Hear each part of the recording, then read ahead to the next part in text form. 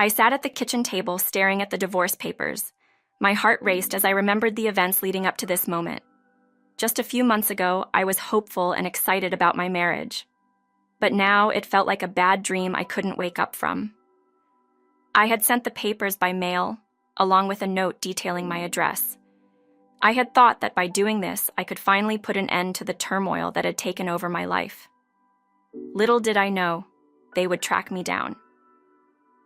"What do you mean?" my mother-in-law asked, her voice dripping with disbelief. I forced a smile, trying to mask my nerves. The tension in the air was thick, and I could feel my husband's eyes on me, searching for answers. "We heard that the recycling company came and took everything, the fridge, the TV, all of it." Her tone was accusatory, as if I had committed some grave offense. "Yes, of course," I replied, my voice steady. "I left that house behind with the divorce papers." The words came out more confidently than I felt. It was a huge step to take, and I was determined to see it through. "Why should I leave my belongings in a house I won't return to?" I calmly asked, staring directly at her. "What?" she exclaimed, her pompous demeanor faltering. "Were you not aware? The refrigerator, the TV, washing machine, and even the sofa you were using were all purchased by me." She raised an eyebrow, challenging my authority over the items. It was infuriating to hear her claim ownership of things I had bought with my own money. "Property acquired during marriage is considered joint property," she continued, folding her arms. "So those belong to my son as well. Why dispose of them without permission?" I could see my husband slowly hiding behind his mother, losing all color in his face. He was a shadow of the man I once loved.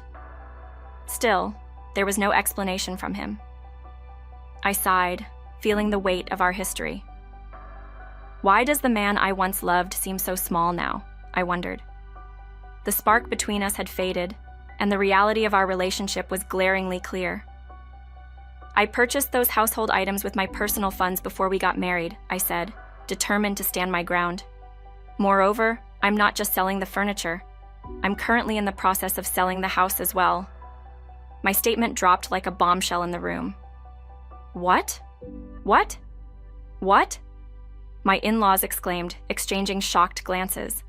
Behind them, my sister-in-law Mandy stood frozen in disbelief. "Really? That house is under our son's name, right? There should be mortgage payments." Her words dripped with confusion. "I bought that house outright with my own money," I replied, my voice firm. I had always told my husband that we were paying for the house with a mortgage and the furniture with savings. It had been my way of protecting myself and preparing for the worst. When my husband, surprised, asked why I told such a lie, I simply shrugged. To care for my unemployed husband and in-laws. It was easier to pay in full from savings than to deal with monthly mortgage payments. Plus, I needed to have various strategies in place in case of persecution from them. I was relieved that I had planned ahead. "Did you really think I had made no plans before living with you?" I said with a hint of sarcasm. "Ah, for people who think 3 adults can live on $200 a month, this must be hard to understand." Their expressions shifted from shock to embarrassment.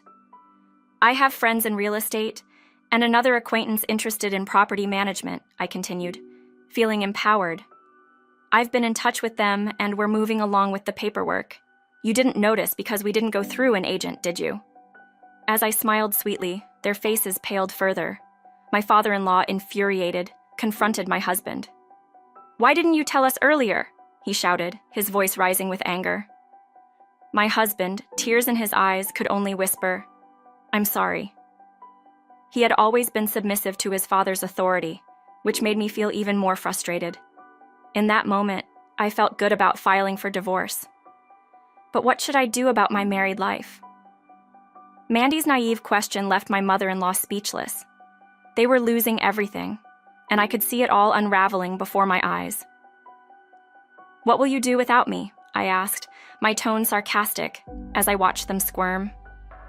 I felt a sense of satisfaction knowing I was finally taking control. With me gone, they would have to rely on a meager pension and insufficient retirement funds. My mother-in-law turned to her daughter and asked seriously, "How much does your future husband earn?" "He makes his living from slot machines," Mandy replied, her voice filled with pride. I couldn't help but laugh, watching the bewildered expressions on their faces. A professional slot player? It sounded absurd, but it was clear to me that their financial future was shaky at best.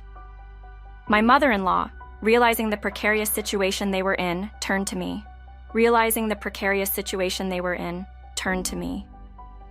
I'm sorry about the other day.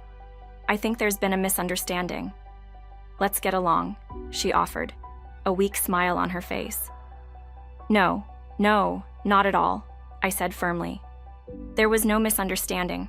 Our values just never aligned. I couldn't hold back my laughter as I watched her insist on reconciliation.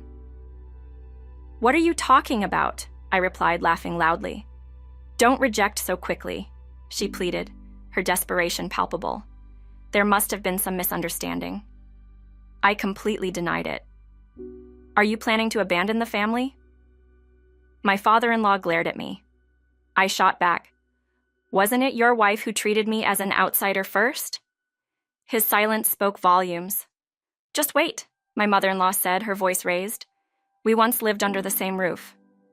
Yes, we did live together, and I took care of you, I replied, my tone icy. That's precisely why I can't live with you anymore. My husband, seeing the conversation turning against him, pleaded, Please reconsider. If you had been even a little bit more supportive, perhaps my feelings would have changed, but it's too late now, I said, dismissing his pleas casually. Difficulties are part of family life, my mother-in-law implored desperately. Mandy nodded in agreement, hoping for support through their troubles. Difficulties? I scoffed. If you call it that, why not try living in the park? Overcome those difficulties as a family without relying on an outsider like me. Their faces turned crimson as they realized I had turned their words against them. How cruel can you be? My mother-in-law cried. What will you do without me? How do you plan to live? I asked, and they fell silent.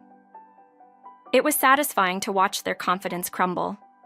As they grieved their impending loss, I felt a strange sense of freedom. I was about to start a new chapter in my life, but my mother-in-law wasn't done yet. It's truly unfortunate how things turned out. If only they had raised her to be independent, this wouldn't have happened. I thought back to my husband becoming a guarantor for a colleague's debt and clinging to a struggling company. This family's characteristics were starting to make sense to me.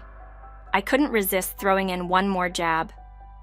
But I believe your worries are unfounded.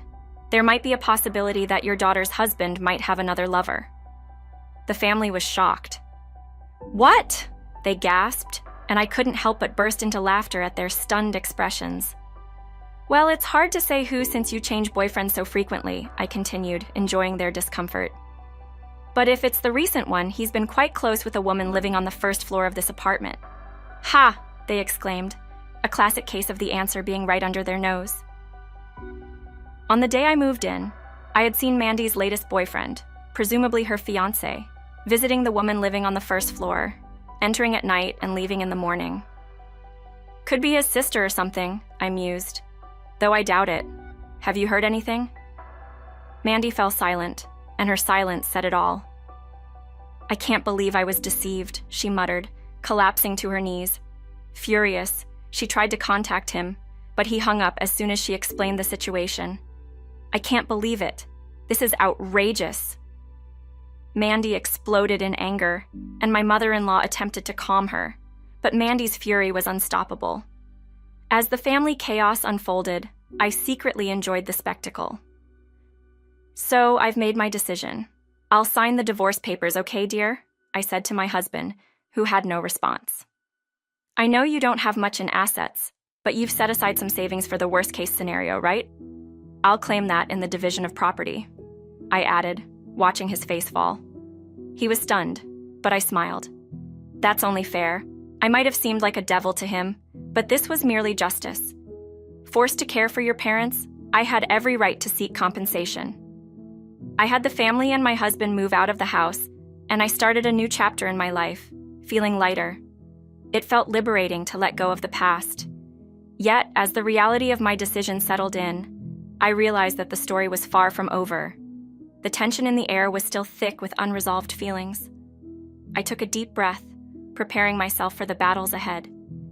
The divorce process would not be smooth, and I needed to brace myself for what was coming. As I packed my things, I couldn't help but reflect on the journey that led me here.